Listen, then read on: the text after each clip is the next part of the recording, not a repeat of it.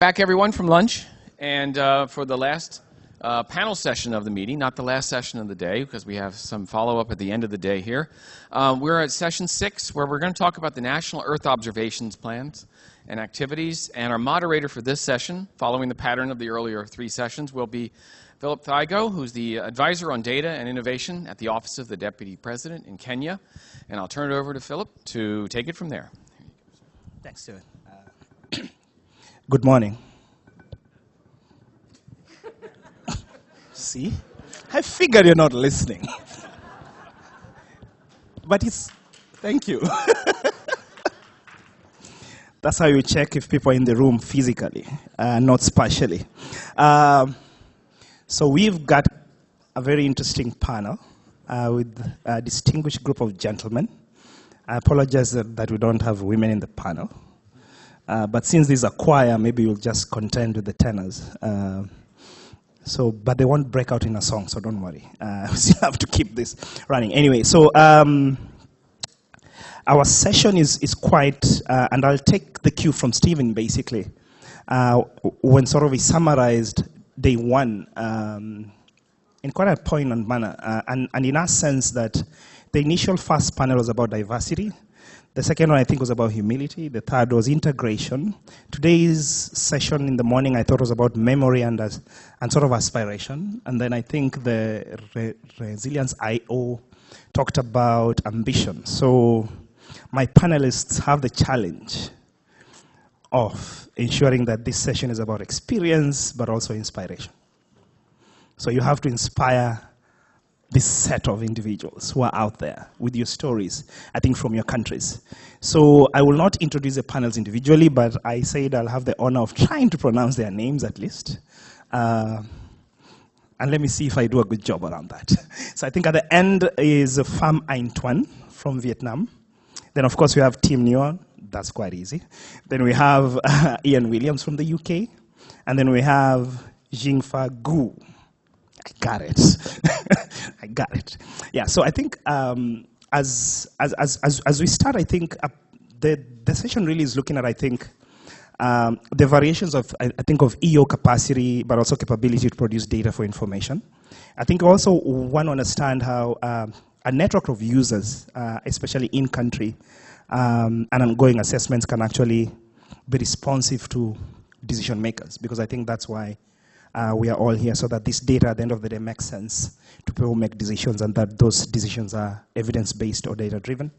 Then I think at the end is about not necessarily best practices, but I think practices that in applied methodologies that can demonstrate how EO, but also GEO mechanisms can both leverage national efforts, but also how can it better support international community, but also the international community, remember, is diverse. I come from Africa, so you can understand our challenges there when it comes to EU, because ours is just to leverage on a lot of the efforts that you've done.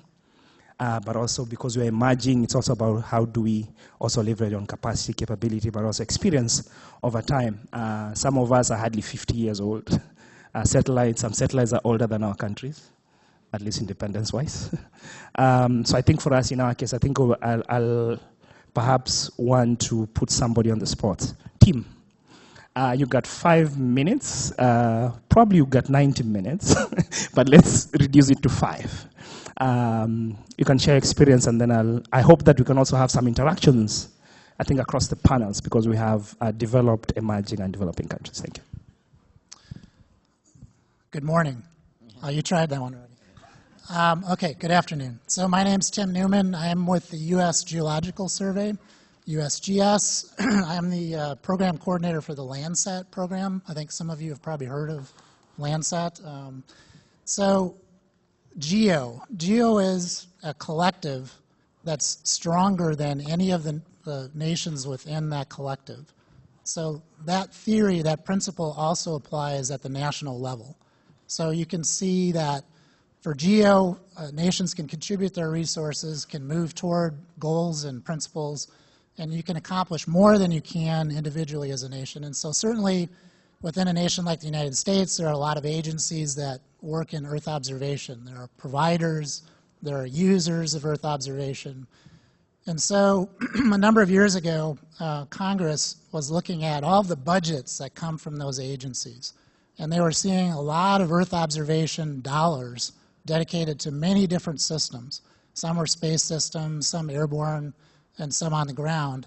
And so the thought was, where is there a national perspective or a national strategy for all of these various systems that come in through the budget process individually, agency by agency? And so at that time, there was thought in the application of a U.S. GEO, or the reauthorization of a U.S. GEO activity. And so today there are 13 agencies involved. USGS is one of those 13, one of the smaller agencies. So today, during the course of the session, I want to try to give you some experiences, some evidence of where that's been beneficial to USGS, but also where bringing those agencies together at the national level has made a difference nationally. I think you'll see that there are many cases where that's really made a difference with some of the systems that you know. So systems like Landsat, for example.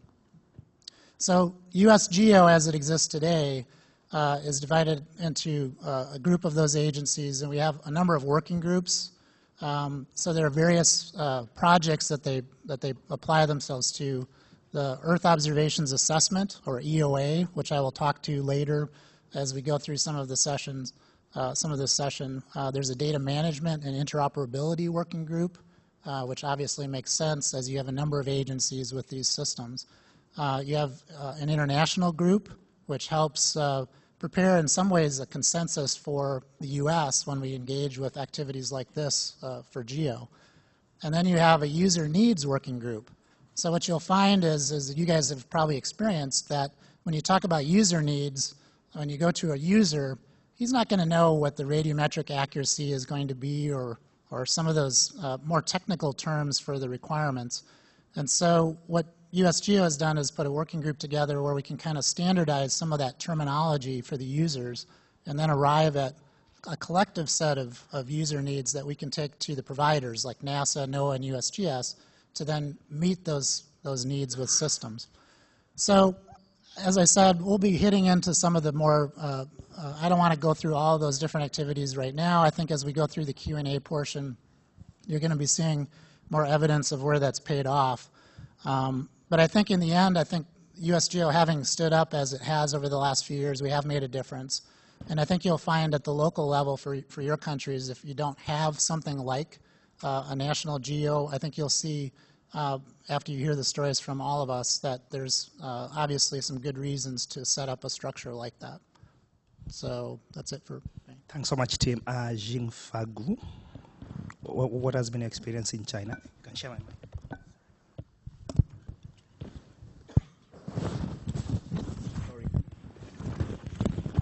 Sorry. Good afternoon, ladies and gentlemen. So it's my great pleasure to be here to talk about the national Earth observations.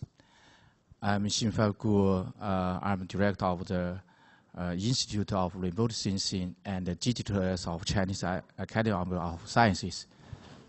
I'm also director of the China GEOS Research Center. I was a member of the IPWG and a member of the program board. Now I'm co-chair of the AO GEOS. With 1 billion and 400 million population, China is facing a very rapid economic development and serious disaster mitigation, environment protection, urbanization, etc. the challenge. So China are a country who needs absolutely the Earth observation system for the development. Since about 30 years, China has developed both in the space-based Earth observation and institute observations. Now we have 3 series of space satellites. The meteorological satellite Fengyun, the data has been widely shared in the world. the ocean satellite, the HY, both in the color and ocean color and in the ocean dynamic satellites. The most dynamic are the land resource satellites. And now we have 8 land resource satellites in orbit. Recently, China are developing 3 pioneers for the Earth observation. The mega high-resolution Earth observation system, including 14 satellites, remote sensing satellites. And the second is the China space infrastructure, including more than 100 satellites and with 66 remote sensing satellites. And recently, we are trying to developing the China integrated comprehensive Earth observation systems with the strong collaboration with GEO and the international community. I need to tell us that now the commercial satellite system are very actively developed in China. Now we have already 5 big companies who developed the commercial satellites. The first I need to mention that Beijing 1 and Beijing 2 satellites, which has a constellation of triple 1-meter spatial resolution satellites. And the Jining satellite has a video observation capability. And the 3 others has also very ambitious plan for the Earth observations. For the in-situ satellites is also very well developed.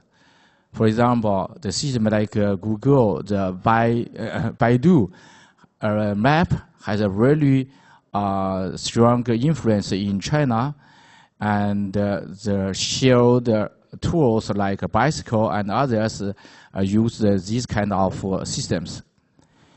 I need to say that in China, we have released 2 days before officially the China's plan for implementing the GEOs 2016 and 2025. Within the GEO community, we are trying to build international GEOs and to try to contribute to the regional GEOs via the AO GEOs. Thank you.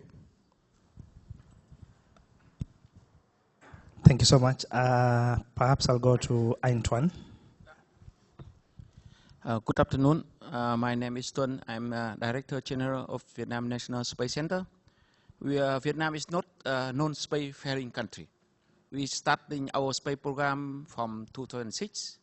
That is, in 2006, our government approves a master program for Vietnam development until 2020. By on this master program, we step by step. Firstly, we thinking we need Earth observation satellite. Then we have a program for development Earth observation satellite. From 2013, we are launching first optical Earth observation satellite in Vietnam, and we are planning to launching 2 more SAR satellites in 2020 and 2023. This is in cooperation with foreign country. Also, we have the program for satellite made in Vietnam. Earth observation satellite made in Vietnam, we step by small 1 kilogram, pico, then nano, micro, and step by step. And we hopefully that's how we can master Earth observation satellite. But after that, we think Earth observation satellite is just data, and we are more applied data, and we need very international cooperation. This is that's why we step by step to join a member from GEO, CEOs, API step by step integration international, and from data. By on this cooperation. We have bilateral cooperation with JAXA, NASA, CNES, Netherlands, Roscosmos. This is step by step. And now we need data is for alone is not enough. So we are we are member on GEOs. We starting develop the Vietnam data queue. So this is so we partner with our partner is CSIRO, even US company IMSG, and we have cooperation with JAXA. We discuss with USGS for Landsat program, Landsat data, JAXA for ALOS-2 data, and we starting also maybe by on the GEOs member with talking with European companies for Sentinel-1, Sentinel-2, put in the data for Vietnam, firstly for Vietnam, and yeah, we are step-by-step integration, and we are host different symposium, for example, APSAP. On last September, we host GEO-XIV Asia Pacific, and we going to host GEO's Plenary in 2019, or hopefully welcome to Vietnam. Yeah. So we are a small country, but after 10 years, we step-by-step integration in the GEO community, and that's why today I'm here. Thank you much. Thank you so much. In case you missed it, you're being invited to Vietnam. Yeah. Show of hands. Who wants to go to Vietnam? There you go. So please speak all the business cards. And anyway, I'm joking. And last but not least, Iain. Thank you, Philip. Good afternoon. I'm Iain Williams. I'm the Deputy Chief Scientific Advisor at the UK's Department of Environment, Food and Rural Affairs. That's the department in the UK that is responsible for environment, farming, animal and plant health. So in US context, it's the equivalent of USDA and the Environmental Protection Agency. I'm also have the great privilege and pleasure to serve on ExCom as well of GEO, and it's fantastic to support GEO in that context as well. I'm going to start off just by giving a small amount of political context as how we see space and Earth observation in the UK. First of all, we have a very ambitious strategy for growing the space sector in the UK. We have set ourselves a target of growing our share of the global space sector from 6.5% to 10% by 2030. And Earth observation products and services are clearly a key part of that.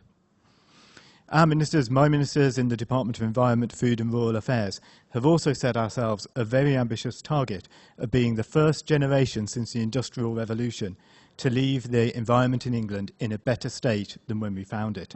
So it's the first generation since about the 1830s to improve our environment. And clearly, again, Earth observation has a critical role to play. So what have we been doing practically about this? In 2015, my department set up the Centre of Excellence for Earth Observation. And my department was composed of around 30 different agencies and arm's length bodies. And like Tim said, many of those were using Earth observation or generating Earth observation data. So we developed the Centre of Excellence as a virtual Centre of Excellence. So we brought people in who are using Earth observation data and creating it. But the virtual bit's critical because then they went back, if you like, in their day job all the time to ensure that the things that we were developing, the products we were developing in the Centre of Excellence were immediately and on a daily basis rotated back into the delivery agencies and the policy roles that these people undertake in their day job, if you like. And the aim of the Centre of Excellence is really to develop tools with the principle of develop once, use and apply in many different cases or many different times. So far in the last couple of years, we've developed about 6 tools, each of which have been used up to 5 different times by 5 different agencies or for 5 different purposes across my department's group for different purposes. So just to give a couple of examples, we developed a crop map for England. That was developed to support farm payments and farm subsidies. But when we combine that with other data, such as the vegetation index, we can use it to measure and to estimate where there may be vulnerabilities in relation to runoff from agricultural land to support our work on measuring water quality of our freshwater systems. And we use that for implementing the Water Framework Directive, for example. And whilst I mentioned the crop map, and we've talked a lot over the last couple of days about open data, the crop map for England is public. It's available on the data.gov.uk website. Alongside, over the last couple of years, about 13,000 other data sets we've made public on that website. Another example is on habitat mapping. We've used that a lot for conservation purposes, as I'm sure you can imagine. But combining that again with other data, it is possible to use that to speed up planning applications, for example. So overall, what are the benefits? What benefits has my department seen in this? And Stuart talked earlier this morning about GDP, but on a sort of more practical level, if you like, for my department, we've been able to really look at reducing the number of field inspections. That's people, our staff that go out into the field. We're able to reduce those numbers with significant cost savings. And what's more, those when we do send inspectors out into the field, those inspections, those visits can be much better targeted. I mentioned water quality monitoring. We take 250,000 freshwater samples across England to measure our water quality. And when we do that, now they can be much better targeted as a result of the work we've done in the Earth Observation Centre of Excellence. Also, if you like, in the back office, if you like, we've reduced data handling by using many products or using fewer products many times, and that has also raised standards in data use. Going forward, we're looking forward to using the Sentinel-3 data to look at our maritime environment, both assessing the maritime environment in sense of quality, but also potentially using that again in fisheries management. So two very different purposes that we can use similar data for. And going further forward still, the Sentinel-5P satellite that was launched just a couple of weeks ago and to measure air quality. Air quality is a major priority for my government, and it'd be interesting to see how we can take that forward going forward. So it's been a very substantial success to the point that we are now developing a similar process to see what we can use on a government-wide approach, and my colleagues in my delegation are here developing that, and it'd be great to learn in this panel discussion a little bit more about what others have done on a cross-government-wide basis. But overall, and just to conclude my section here, why has this been a success? What do I see as the key ingredients of developing the successes in our Centre of Excellence on Earth Observation? First of all, we've been able to have a sustained research programme to support it. And that's been critical. It's critical to kickstart the activity in the Centre of Excellence. And also by developing different funders to support that programme, it's really helped to maintain momentum. We've also collaborated widely, not just within our own department, but across the UK, working with the Scottish Government, the Welsh Government, and Northern Ireland Assembly, but also with the academic sector. And we have our National Centre for Earth Observation in our universities, funded by our research council, so very much at arm's length from government, and funded based on academic excellence. But it's been excellent to bring in the academic community to really keep us informed of the latest approaches in Earth observation. And again, I'm delighted that as part of our delegation here in GEO, we have people from the University Centre of Excellence. And then finally, and I must say this, of course, is the international collaboration and working through GEO. The momentum that GEO has built on open data is incredibly helpful. But also as somebody who develops national plans and national strategies, what's incredibly important for me is being able to look over the fence to see what others are doing and to see and to make sure and to learn from others to ensure that we're using the best possible approaches and to share knowledge and information. And again, I hope we can talk more about that in this session. Thank you, Philip. Thank you so much, Iain. I promised you a choir, and so far everything sounds very nice.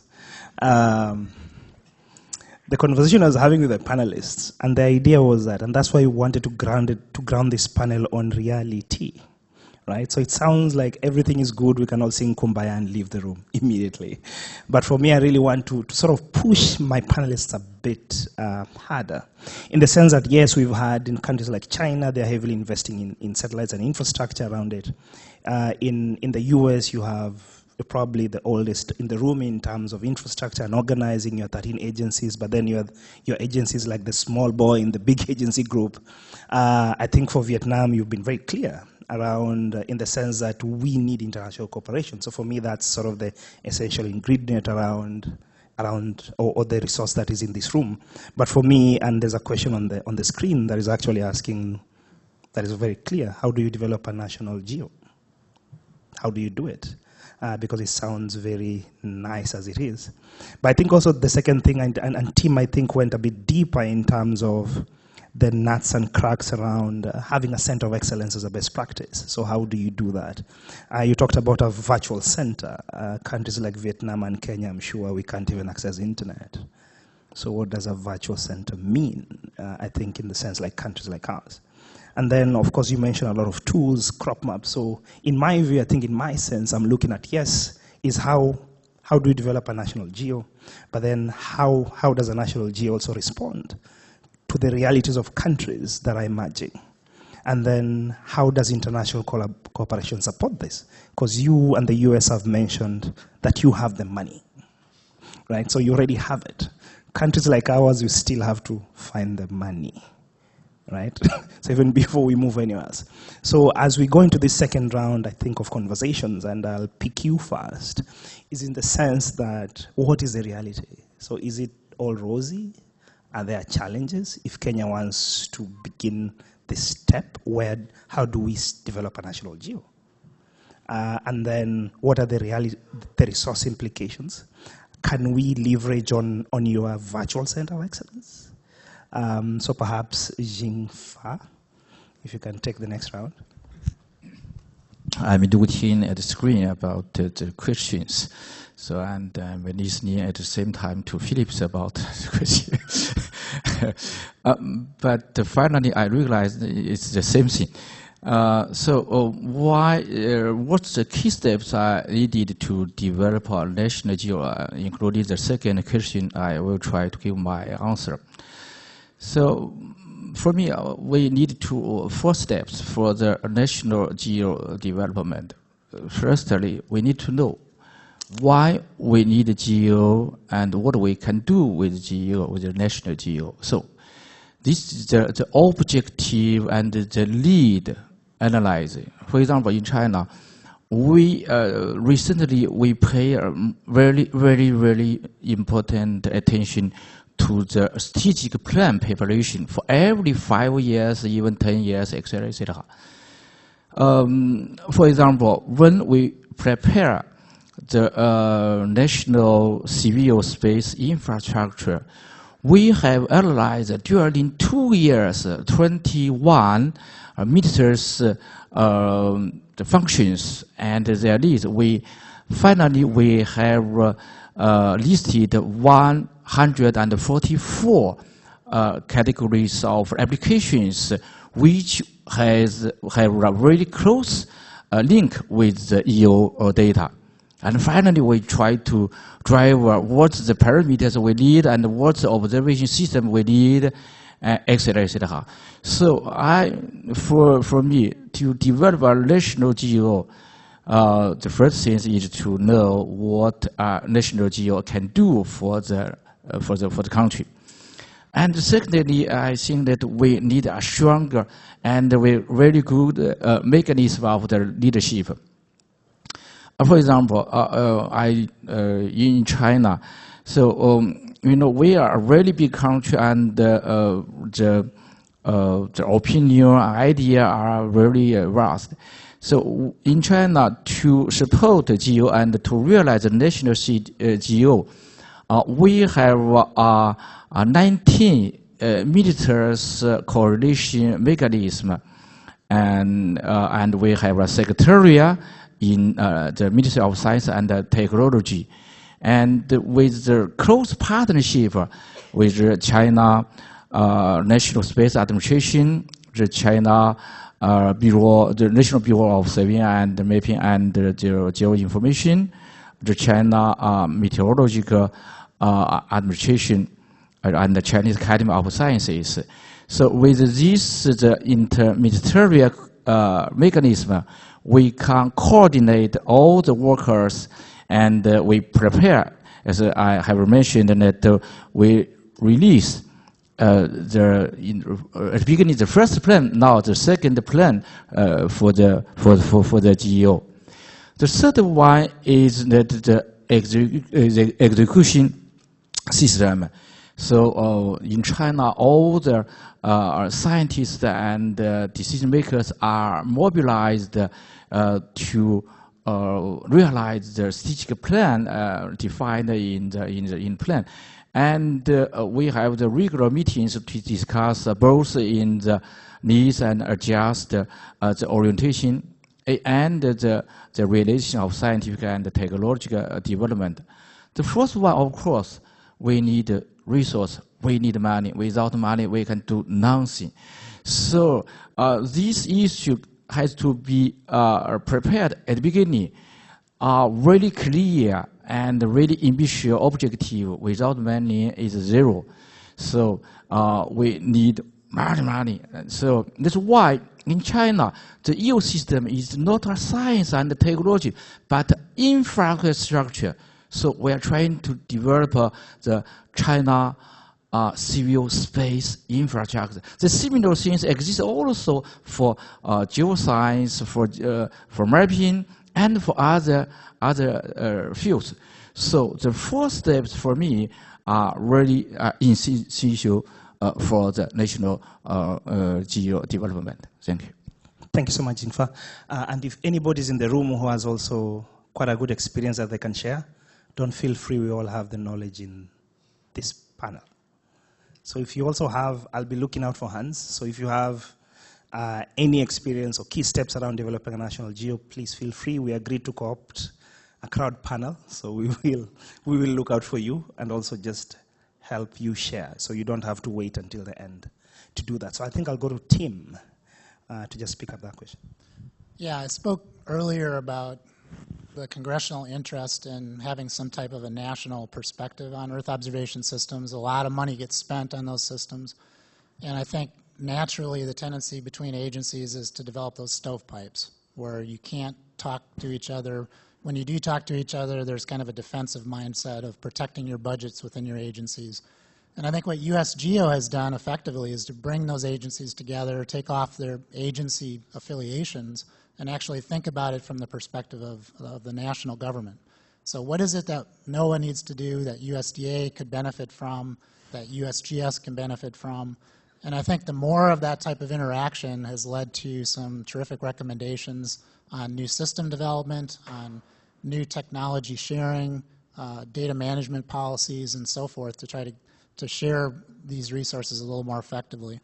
I mentioned earlier the Earth Observations Assessment because it was such a seminal event in the US GEO activities. And so it all came back, I think, initially from the dollar perspective, but there was an intent to look at all of the Earth observation systems that the federal agencies within the US use. So there were some 350 plus systems, ranging from satellite systems that we all know about to buoys in the ocean to humans counting fish on boats.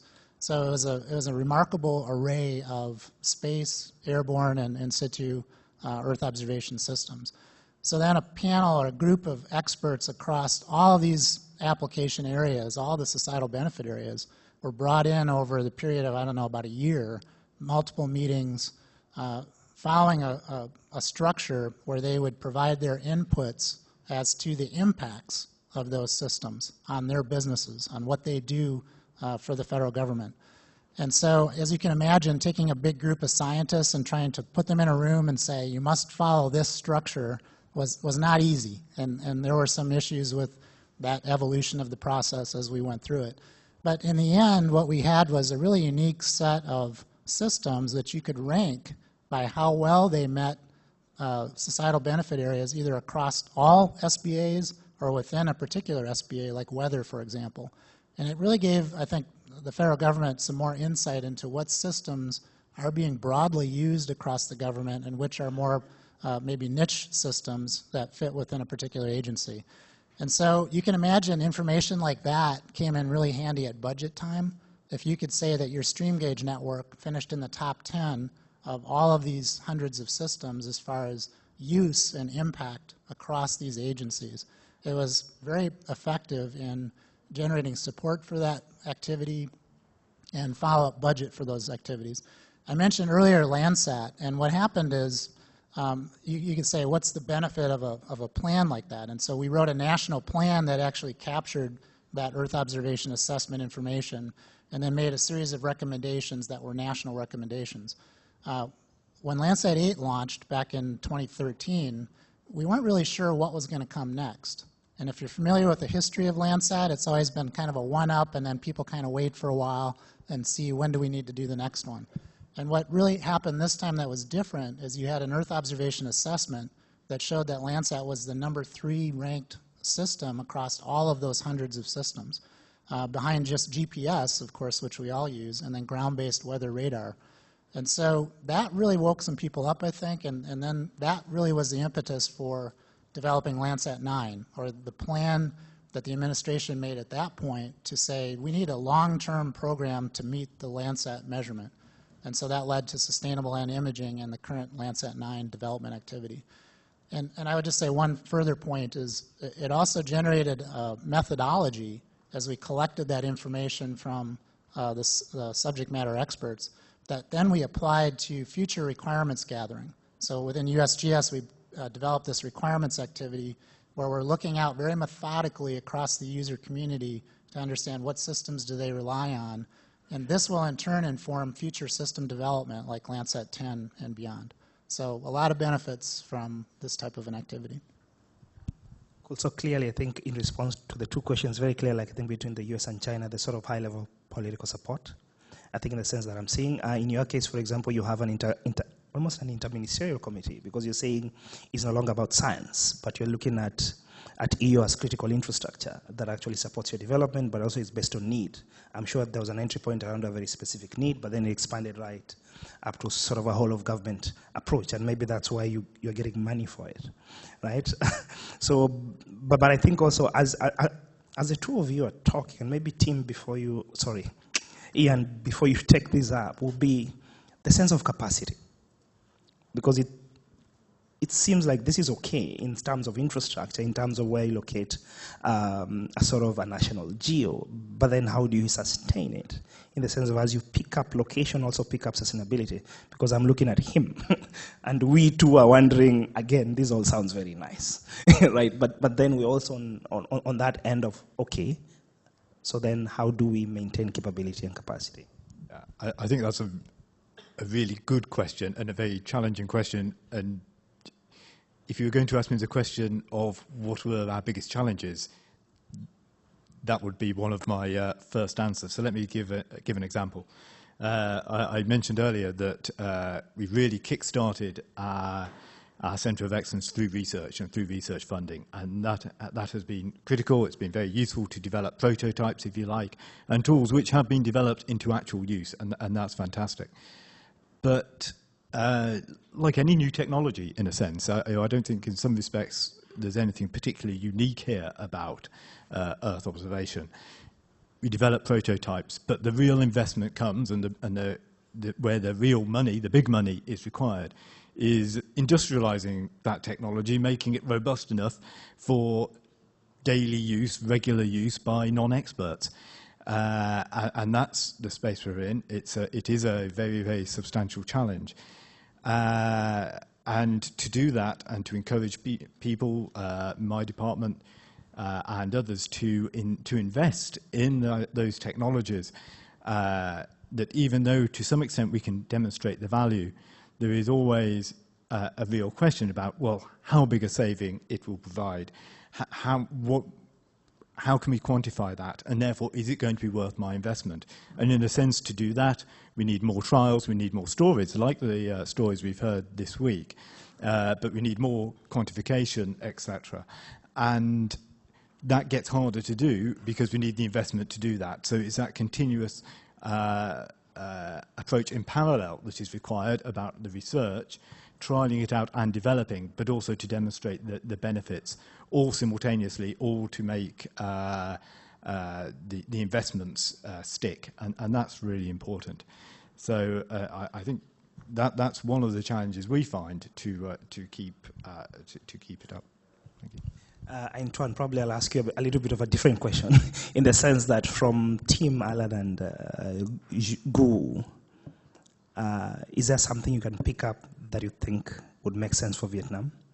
Or are there lessons that you think you can already begin to draw in terms of the location of EO, whether it's funding, the sort of infrastructure they've mentioned? Is that something that is feasible?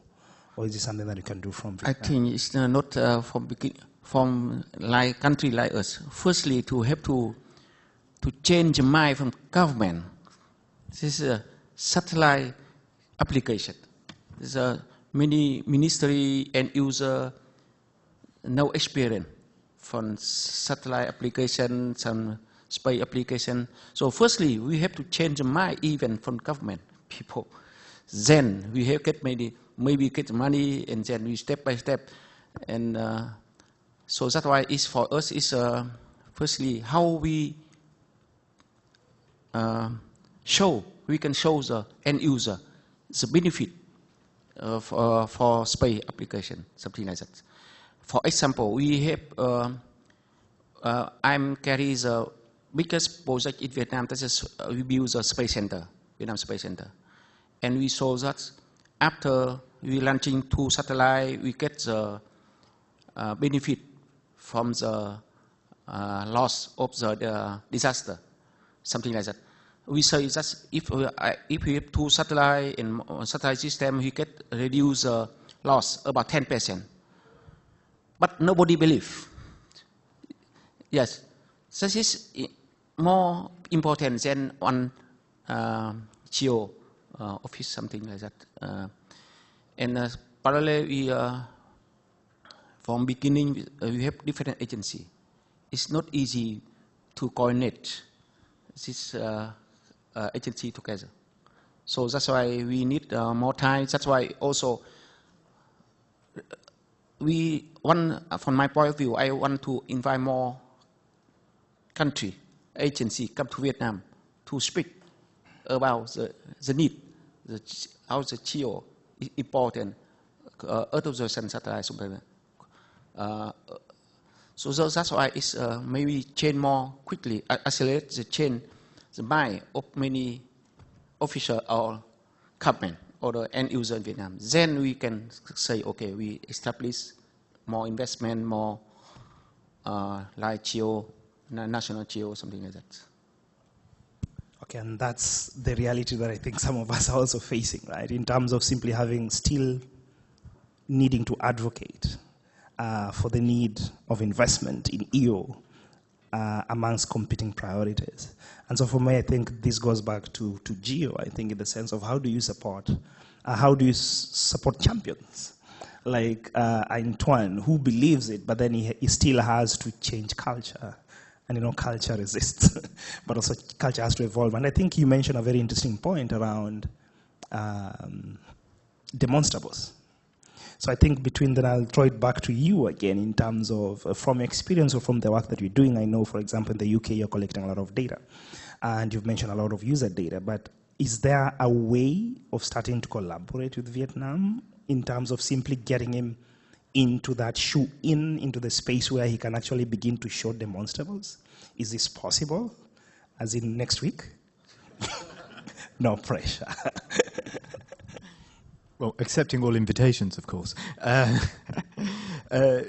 mean, first of all, just to come on the first point there about selling internally, and we talked at the commercial panel yesterday about humility and not going in with the solution, but going in asking what the problem is. And I think in government circles, exactly the same applies. And I think that is really important, and there is no difference.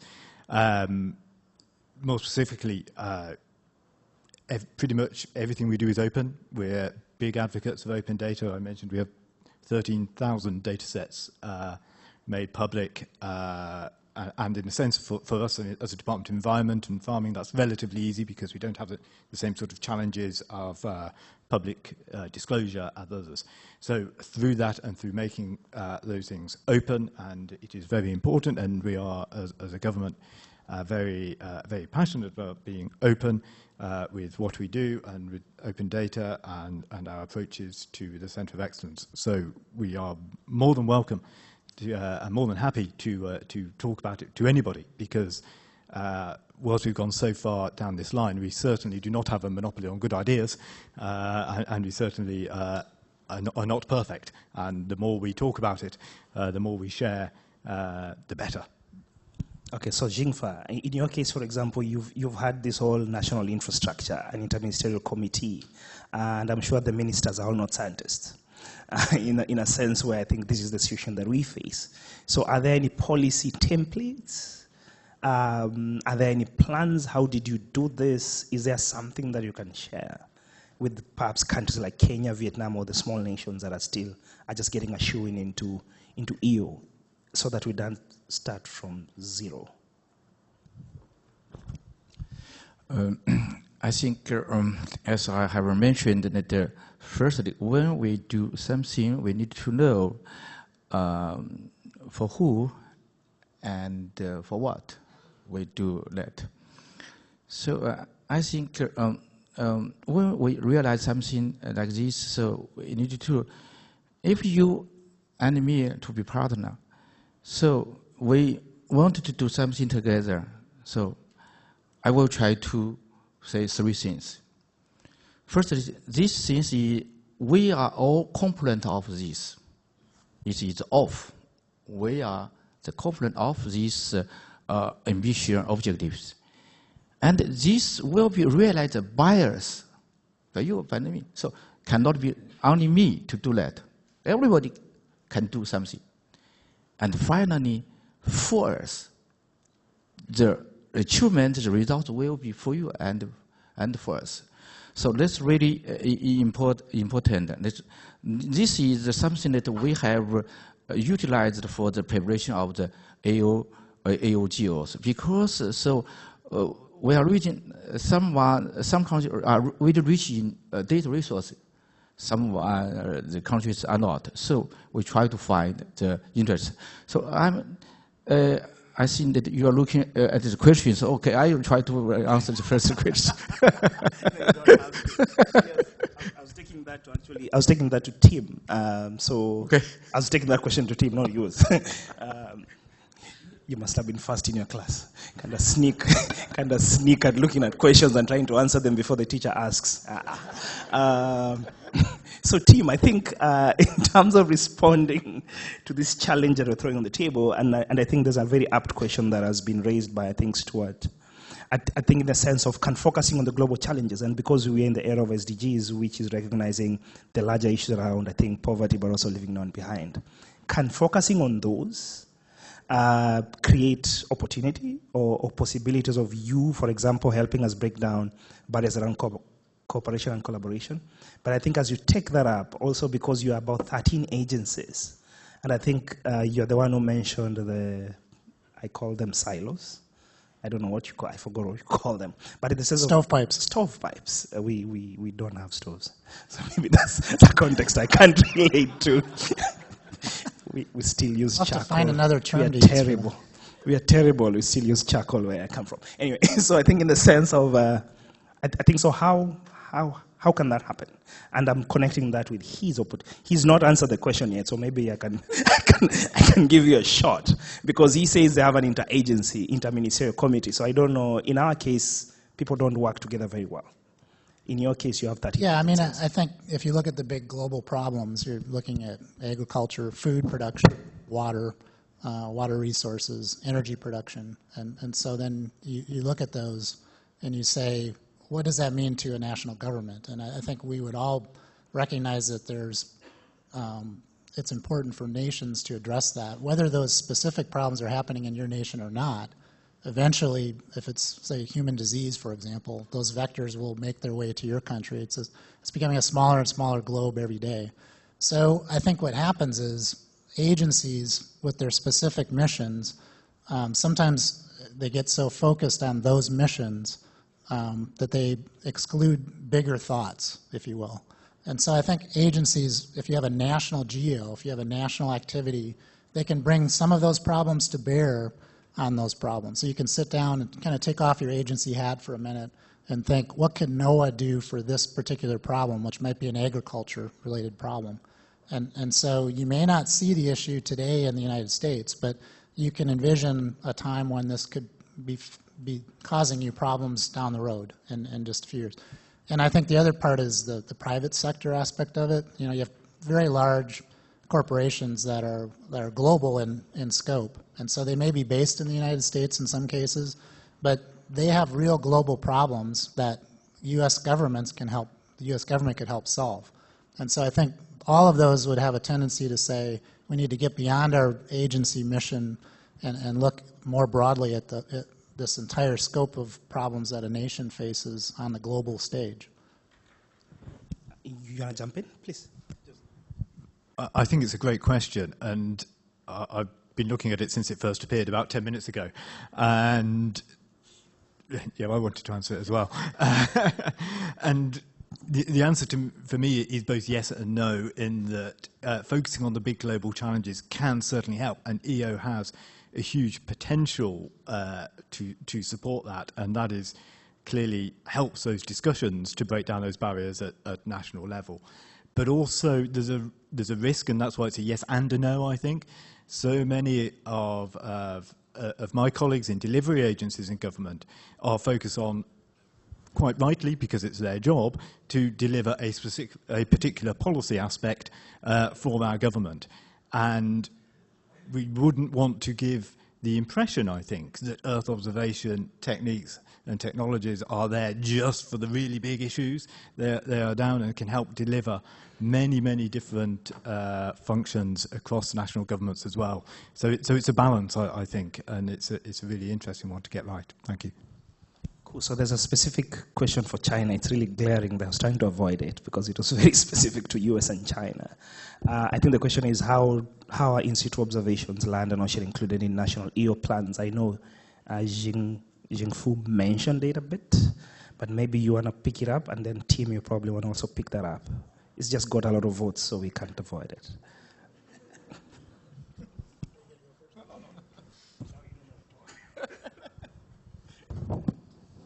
So this is the Steve Volt's question.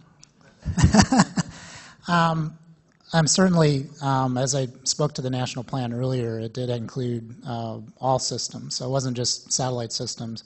The intent was to cover both human systems on the ground and airborne as well. And so, yeah, we did include those in the national plan, and I think there were recommendations.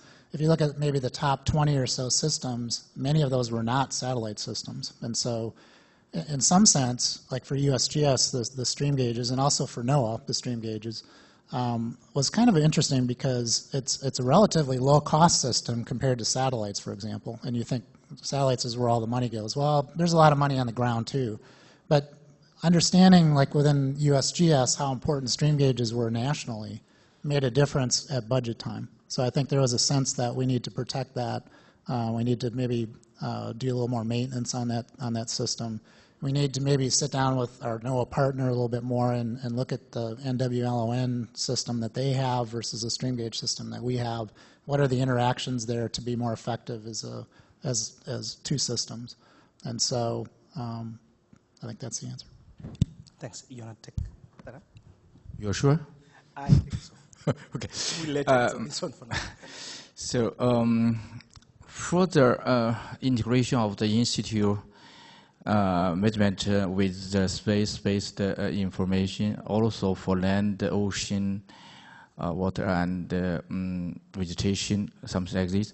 So for China, we have three aspects of consideration. Firstly, for science level, we have the digital Earth, because my institute is the Institute of the Remote Sensing and Digital Earth. We have also Digital Earth International Society in our, the secretariat is in our institute. So we try to use this comprehensive the tool to integrate all informations. For government level, we have a digital governance platform, integrate all kinds of information to share via the internal system. And for the individual, for the end users, for them, so whatever the tool, the data, so what they need are for the applications. So they will use both the institute and the space-based information and all kinds of information necessary.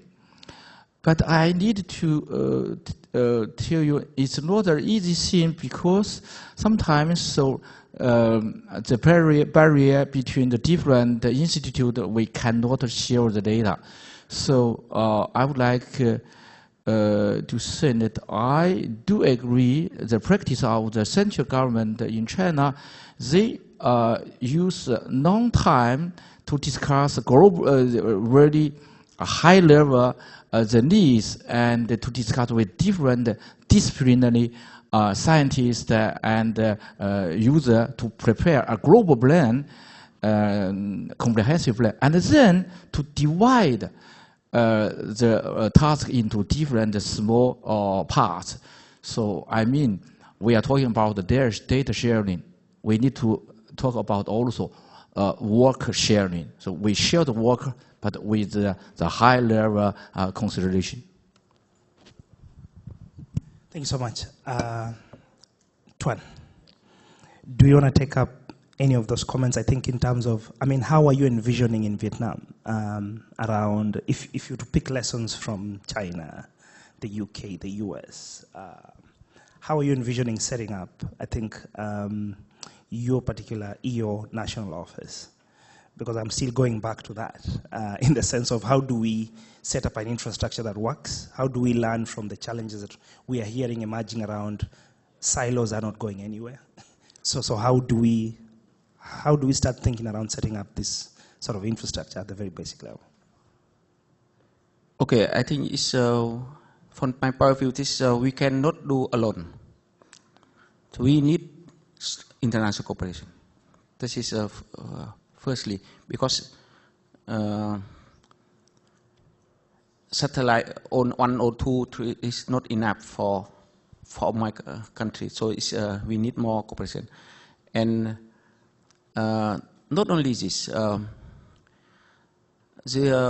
this, that's why we need infrastructure for, that's why we develop now is Vietnam Data Cube. That is for more cooperation. We are looking, this is infrastructure in data for our national. And later on, beyond this international, national experience, and we hopefully with another country to multi cooperation or bilateral expand our cooperation. In yeah, this is I think usually developing countries not also enough money can do everything. So it's okay. We show the big country like US, China, we cannot follow all the idea, and we need a more regional, international, in step-by-step regional cooperation. And this is my idea. This is not follow all with everything. Yeah, so if you can pick the question that is coming out of there, and because he talked about not only data sharing but also work sharing. Yeah. Also, I want to talk about capacity sharing. So is Data Cube, could the Data Cube, if I'll pick the question from the screens, could the Data Cube be one of those entry points to begin to actually? Yes. Okay. This is our center, and center for the cooperation. But also, if you have a Data Cube, and then I'm thinking about a Data Cube with sort of a GEO office, right? So have you started thinking about where you locate this? How do you start anticipating the stoves? because I think it will be critical as we think of a data cube as an entry point, but then also understanding that the data cube must also be within a context, and the context right now is that people are not sharing, or people want to own things, as Tim or Iain is mentioning, in the sense of, so how do you start anticipating that? As we think of, yes, a data cube is one of those entry points, but then as you think of putting a GEO office in Vietnam, and this could be one of the critical elements of actually, or a catalyzing sort of force that could actually begin to institutionalize GEO in Vietnam. So are you already seeing that happening, or how can we start anticipating the challenges of that so that when you are thinking of a data cube, then it's in a place where it does not get caged or stovepiped, for lack of a better analogy? Okay, we are starting for your own. We are putting firstly in our agency. Then we, step by step, we show the different, firstly pilot project for different end user, yeah. Then, yeah, later on maybe later on maybe we have national GEO, but office. But firstly, it's not easy to utilize to cooperation with all agency in the national way. At this time, already. How did you know? He can read minds. Is there okay, cool. You're from country? Me. Yes. I'm originally from Egypt, but I work at Chapman University on the west coast of California. Okay, cool. May I? Yes. Okay. So thanks, Philip, for giving me the coming 20 minutes to say, to share a success story. So I'm Hisham Al-Askari. I'm professor of remote Not sensing. 20 minutes, please. Yeah, just okay. 1 minute. Remote sensing and earth system science, and also I work for CEDARI, which is the Center for Earth Observation, Environment Development in the Arab region and Europe in Egypt. I'd like just to share a very quick success story that we had through a GEO-XIV project funded by the European Commission, where we are addressing data usage and data portals for North Africa, Gulf region, and the Balkan. And one of the thematic areas in that project was related to energy, where we have been working very closely with the government in order to convince them with using Earth observations for the energy exploitation and the maximum usage of solar radiation. So through that project, we were able to work with the government to develop the first solar atlas of Egypt, using Copernicus data sets, using OMI, for ozone, using different kind of radiative transfer models, as well as neural networks for the nowcasting kind of operational product.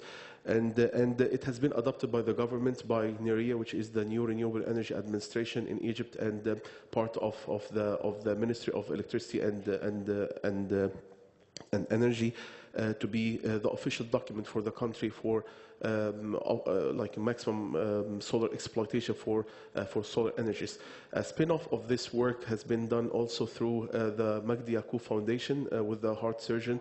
Dr. Sir Magdi Yaqub works for Imperial College of London, who has a foundation and also has a massive hospital in Upper Egypt of Aswan. And he is in the process of establishing a bigger center of excellence run by Lord Norman Foster from Europe. And for that center, we are developing also an economical business plan for a solar farm to to develop everything it's going to be green for that hospital. So that has been also a spin-off from that project, and both initiatives have been quite successful working with the government. So it's a value chain, really working between academia, between non-profit organizations and the government, and it has been a good success story. We tried to get a couple of these people to join one of the plenary sessions. I tried all my best, but it didn't work because of overlaps, and time didn't work for them very well. So thanks for giving me the opportunity. Appreciate that. Thank you so much. I hope you can share the case study with the Secretariat. They are aware. I hope you can share it. Secondly, any challenges? It all sounds very nice.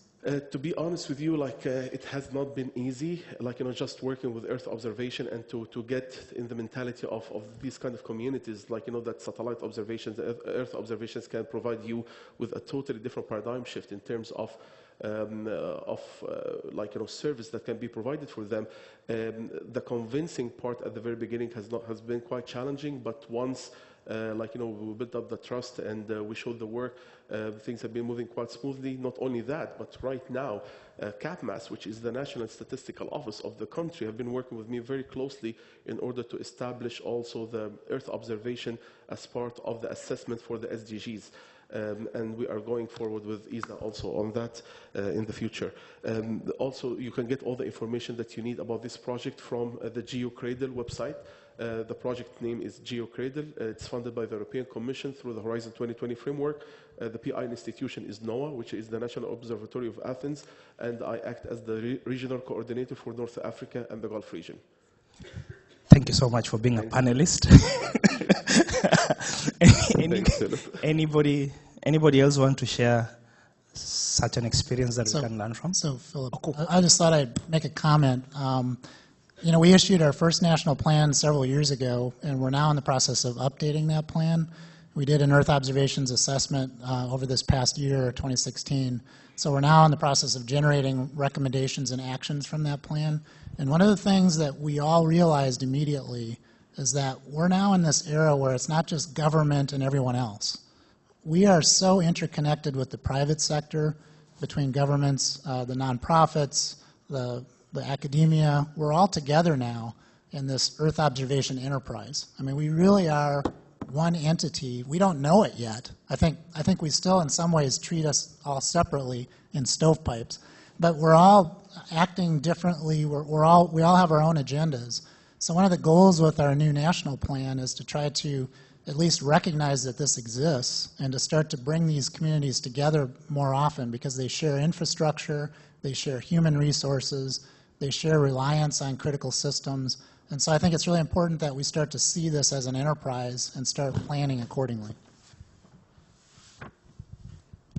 WHO?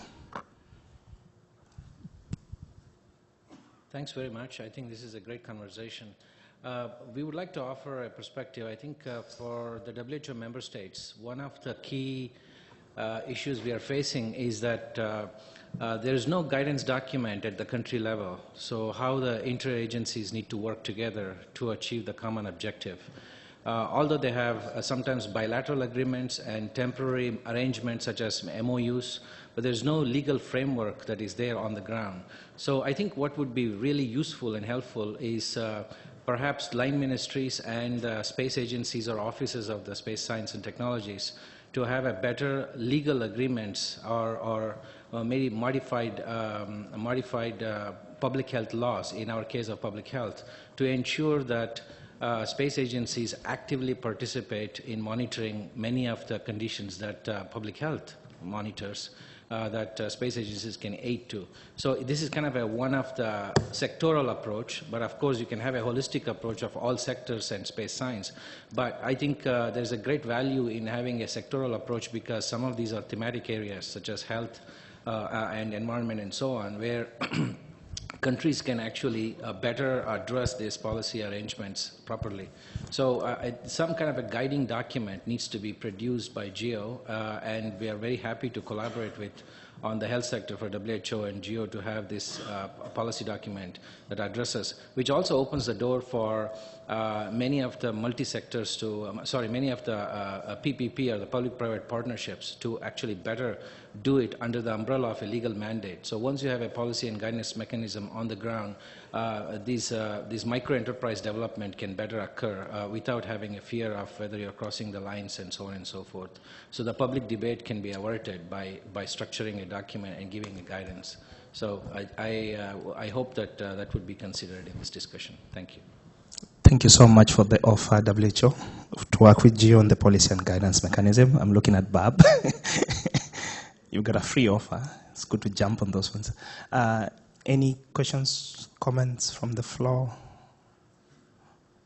Were we that boring? United States. Thank you, Steve Clark from the United States. Tim has done a very good job of explaining the Earth observation assessment that the civil agencies within the U.S. have gone about. And we're more than happy to share that methodology with any interested partners. I think we learned a lot of lessons the first time we went through it, and then we went through the second assessment last year. And certainly those assessments have informed our national plan development.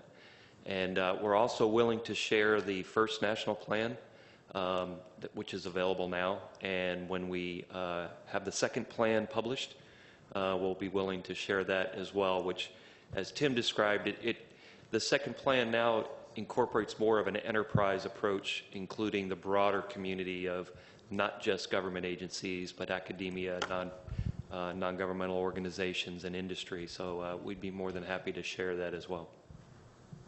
Thank you so much for the offer. Australia? Just to share with you, in the process that Australia went through in developing our focus around Digital Earth Australia and the Data Cube, we actually worked with our fellow government agencies very directly, in some cases even embedding a staff member in those agencies, specifically to understand how Earth observations could make a difference to their work. So rather than just delivering a product to them or even asking them, actually getting under the hood of their business and working out the one thing that would make a huge difference to their world that Earth observations could actually provide. And we've been actively trying to develop those products as we go forward. This is a big, it takes energy, but it's hugely powerful because we now have all of those agencies as the biggest advocates for our Earth observation capability within government. They're actively arguing that funding should come to us rather than to them from our government. So taking that approach may help you in deeply understanding how you can make a difference to their world to form those national capabilities. Still looking out for examples, comments before we come back to the panel. Tim, you want to? Yeah, I was just going to add the graphic yesterday, I forget which presentation it was in, of the bridge that's not complete. And the open data is not enough, that we actually have to take it further to turn it into information that's useful. And I know there's been a big push. The data cube, that Stuart mentioned, is really a critical part of it. But to be able to turn all of this great Earth observation data that we all know and love and spend a lot of money to get, to turn it into something that actually makes a difference to someone on the user end that doesn't know anything about satellites. He just wants information on the problem that he's facing today. And so that's really been a push for Landsat right now. We're moving into this analysis-ready data, or ARD, approach, where we're going to stop producing the standard product that we've been producing for years and move it into an analysis-ready data. Surface reflectance right now, but something that's easier for people to use so they don't have to be a remote sensing scientist to make sense of this data that's everywhere, but to turn it into information products that are more useful to people.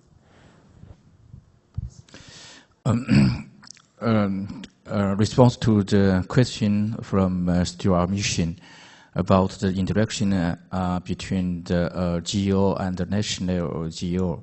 Also for Tim about the open data. At the beginning, in China, so the data sharing is a serious issue, and we have many difficulties. So since I think thanks to the GEO, the vision of the open data and the data sharing is a very important issue for GEO.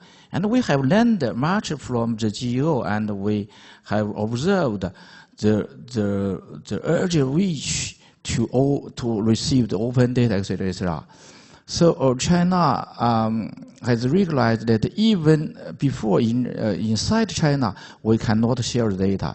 So we recognize the importance. Little by little, now China has released the data sharing policy, and we are trying to contribute to the world. For example, we have realized the 30 meters land use map, and we have offered to open to everybody and offered to the United Nations.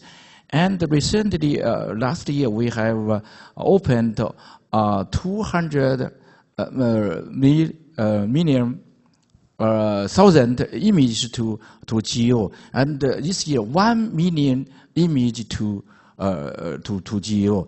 And when the earthquake in New Zealand and Mexico were occurred, we have responded quickly in names of the GEO to offer the data. And we are encouraged to do that. We feel that by this, we realize that the data are really useful. So the data sharing and the open data policy are something in China has been realized thanks to the GEO. And that's why we are trying to contribute to the development. As that I have mentioned in 2014, we have declared, we have the Nairobi data sharing declaration with UNESCO, etc. And we are trying to not only to open the data, but to be the active actor in the field. I think this that we have learned from the GEO. And at the same time, we will try to do the regional GEOs. We recognize the regional GEOs and the national GEOs are also very important for the international GEOs establishment. So that's something that we try to contribute to the GEO International. Thank you. Thank you so much. I think we're running out of time, but somebody is lobbying, I can see on the screen. There's a question that suddenly just got 10 votes. It had like 5 initially. Yeah, so I think there's a critical sort of question around what is the role of citizen science, I think, in national EU, and how can government support that. I wouldn't want to take you to take it directly, but like perhaps for us to sort of have some closing remarks, and then based on that closing remarks, see if that question is relevant for you. I know there's a food one that just disappeared that I wanted to push it right to Iain, but if I see it, I think you can just pick it up again. I think the question was going in the sense of how can people begin to use Earth observation data to improve crops other than just looking at crops themselves. So I think the question was revolving around that kind of. So maybe we can start from the end and wrap it back this way. So your closing remarks.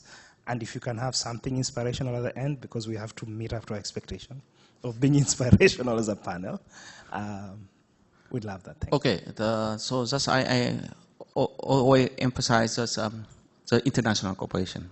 This is most important for non-sparing, non-spacefaring country like Vietnam or the developed country, and by on this, I would like to invite in all agency if choice different event for in Vietnam, if possible, and welcome to Vietnam. A third invitation, please show up. Yeah, well, citizen science certainly would be one element, another capability within the full scope of capabilities we have. It's all about finding what's the right application for citizen science and then rolling that into an integrated architecture. I guess in closing, I would just say, certainly, when I first started at USGS about 10 years ago, I remember getting involved in GEO a little bit in USGEO when it started up. And I think initially as an engineer, I tend to be a skeptic. And so I think when I saw this, I thought, well, what's the real value here? What is it we're getting out of these activities? And I've learned over the past few years in working with great people from NOAA, NASA, USDA, sitting around the table with them and really honestly having discussions about how can we improve our systems architecture so we get better capability for the dollars that are being invested across the agencies. And again, I think the same thing applies to international GEO, with the nations coming together, trying to achieve more than we could reasonably achieve individually. I mean, that's the point of all this. And so I think at the national level it works. I think at a regional level it works. I think it's about cooperation. It's about setting aside your agency perspectives, or in some cases here, your national perspectives. Like, what is it we're trying to achieve? So I think, again, I would very much recommend moving in that direction to have a national program. As Steve said earlier, we're willing to share all the documentation we have. We'd be happy to meet with you and give you our lessons learned. Thank you. To try and answer the crop question, which has disappeared from the screen, so other than to say that last week I spent discussing precision agriculture, those discussions were far from robotics and very quickly got on to data.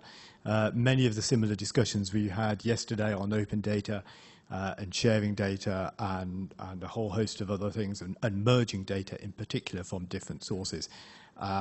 There's a huge wealth of information there. Whoever asked the question, I'm happy to have a discussion over coffee with, I think might be easier. To try and sum up, we've had a lot of discussions about government structures and stovepipes or silos and virtual centres of excellence and embedding people from different organisations. All these things are really, really important to work around. And I'm left with the saying, culture eats structure for breakfast. And I think that is really important, that there is no one single perfect place to put Earth Observation Centre within government structures, but much more important is the culture of collaboration, the culture of open data, the culture of sharing. And I'm not, in the UK, I'm sure we haven't got it right at all, but I am very pleased that our delegation of 12 people, our largest delegation at a GEO, are from 12 different organisations in the UK. So I think we're doing something right in sharing and collaborating. Thank you.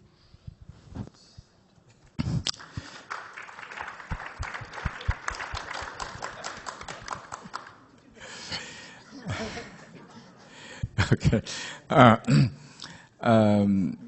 We really the international cooperation. Without international cooperation, we can do nothing.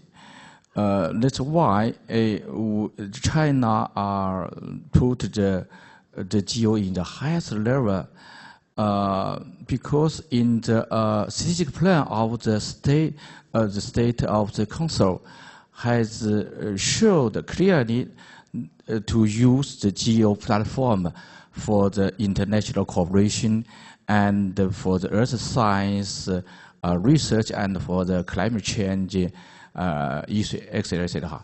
And we need also national GEO, because without national GEO, we can do nothing, because we are intergovernment organization.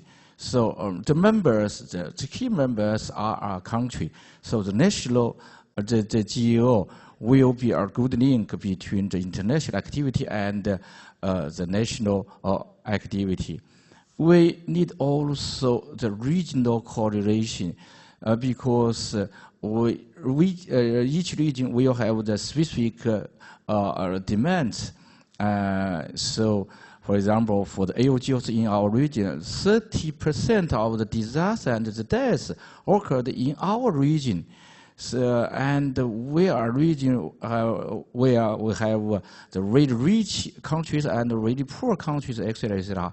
So I would like thanks to all who have supported strongly the AOGOs before and in the future. I would like to ask you to support and continually and cooperate with the China National GEO Secretariat. Thank you very much. Thank you so much, Xingfa. So quickly, and not to try to summarize any of these things, I think open data is still critical. I think capacity, as you've seen, especially for emerging countries, is still a necessity. And there's no magic bullet on where to locate a GEO office at national level. There are different methodologies that seems to work. There are many ways of convincing people. I think advocacy, especially for non-scientists and policymakers, I think is something that we need to do. DataCube seems to be a good entry point. We are doing the same. I think in Kenya, we've seen from WHO, I think, a necessity of having a sort of a policy and guidance mechanisms to sort of reinforce this and make this more concrete and less ad hoc. We've seen, I think, the offer, I think, around sharing, and I think the last thing that I'm taking out of this panel, I think GEO and GeoSec really still have a lot of work. And that you are still needed. And I think international cooperation seems to be the way to go, especially around EO, as much as you still have to work on the ground, and we need some ground truth initiatives. I think international cooperation is still key to deliver results and outcomes, especially around EU. So thank you very much to Tuan, Tim, Iain, Xingfa, and of course GEO-XIV for facilitating this panel. Thank you very much.